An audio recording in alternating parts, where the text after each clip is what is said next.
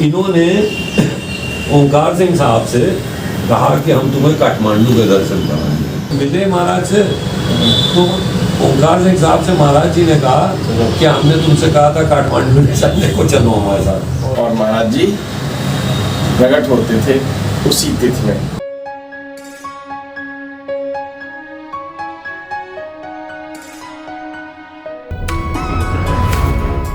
तो इसमें मैं आपको बताऊं कि पिताजी हमारे पहले इनके भक्त हुआ करते थे। अच्छा ये बनारस के थे बाबा है।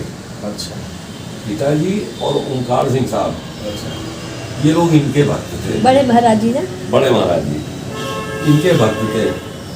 इन्होंने ओंकार सिंह साहब से कहा कि हम तुम्हें काठमांडू के दर्शन कराएंगे। अच्छा, ओंकार सिंह ताया जी से इन्होंने कहा कि हम तुम्हें काठमांडू के दर्शन कराएंगे जी, उसके बाद इन्होंने शरीर छोड़ दिया। अच्छा, फिर ये लोग महाराज के पास आए, महाराज के सानिध्य में आए।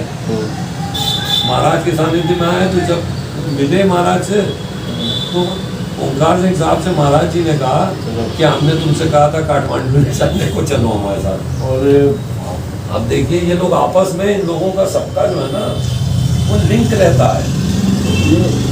ये महाराज जी, ये विंध्यवासिनी माई के उपासक थे। अच्छा, इनको बड़े महाराज जी हम लोग तो इसी नाम से जानते हैं, इनका नाम तो नहीं जानता।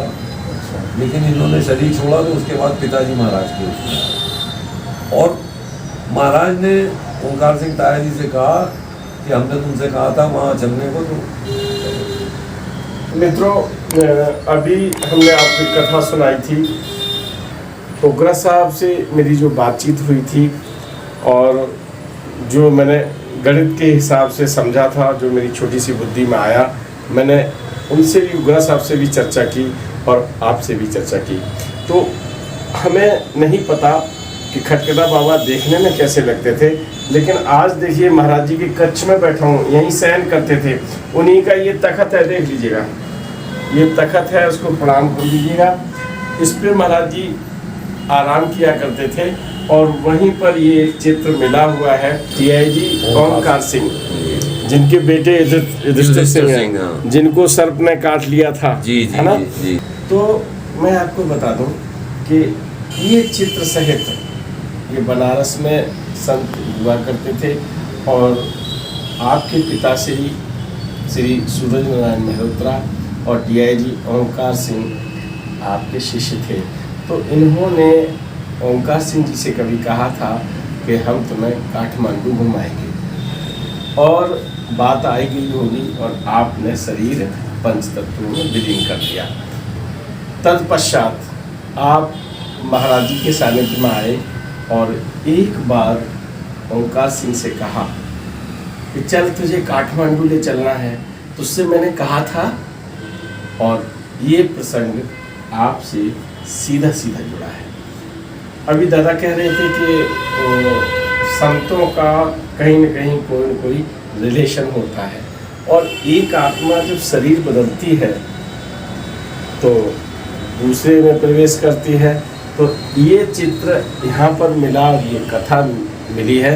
हम आप पर छोड़ते हैं कि सृष्टि के चक्र में अगर आप संत हैं, देव हैं, तो उसी लाइन में जाएंगे और अच्छे कर्म करेंगे, और अच्छे कर्म जब करेंगे तो अच्छी विधि विधान से आपकी व्यवस्था होगी, लोक में भी और परलोक में भी। ये कहानी यही संदेश देती है कि आप एक अच्छा रिलेशन बना के रखें, और संत, किसी भी संत को आप जब मानने लगेंगे तो निश्चित रूप से आप उससे शक्ति प्राप्त करेंगे।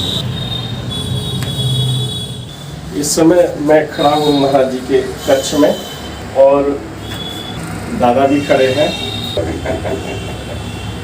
ये रत्ना भाभी जी हैं, और जिस चित्र की हम कथाएं सुनाते हैं, आप थोड़ा सा नज़दीक आ जाइएगा। ये चित्र है महाराज जी का। ये चित्र गुरु दादा लीजिए, ऐसे ही सुन लीजिएगा। तो इस चित्र से आपने देखा, और इस चित्र के सामने दादा आते थे और दादा कहते थे कि महाराज जी कब आओगे, और महाराज जी प्रकट होते थे उसी तिथि में। अभी पिछले इंटरव्यू में आपने देखा होगा कि दादा ये कह रहे थे कि तब हमारा दिमाग नहीं चलता था, बालपन था।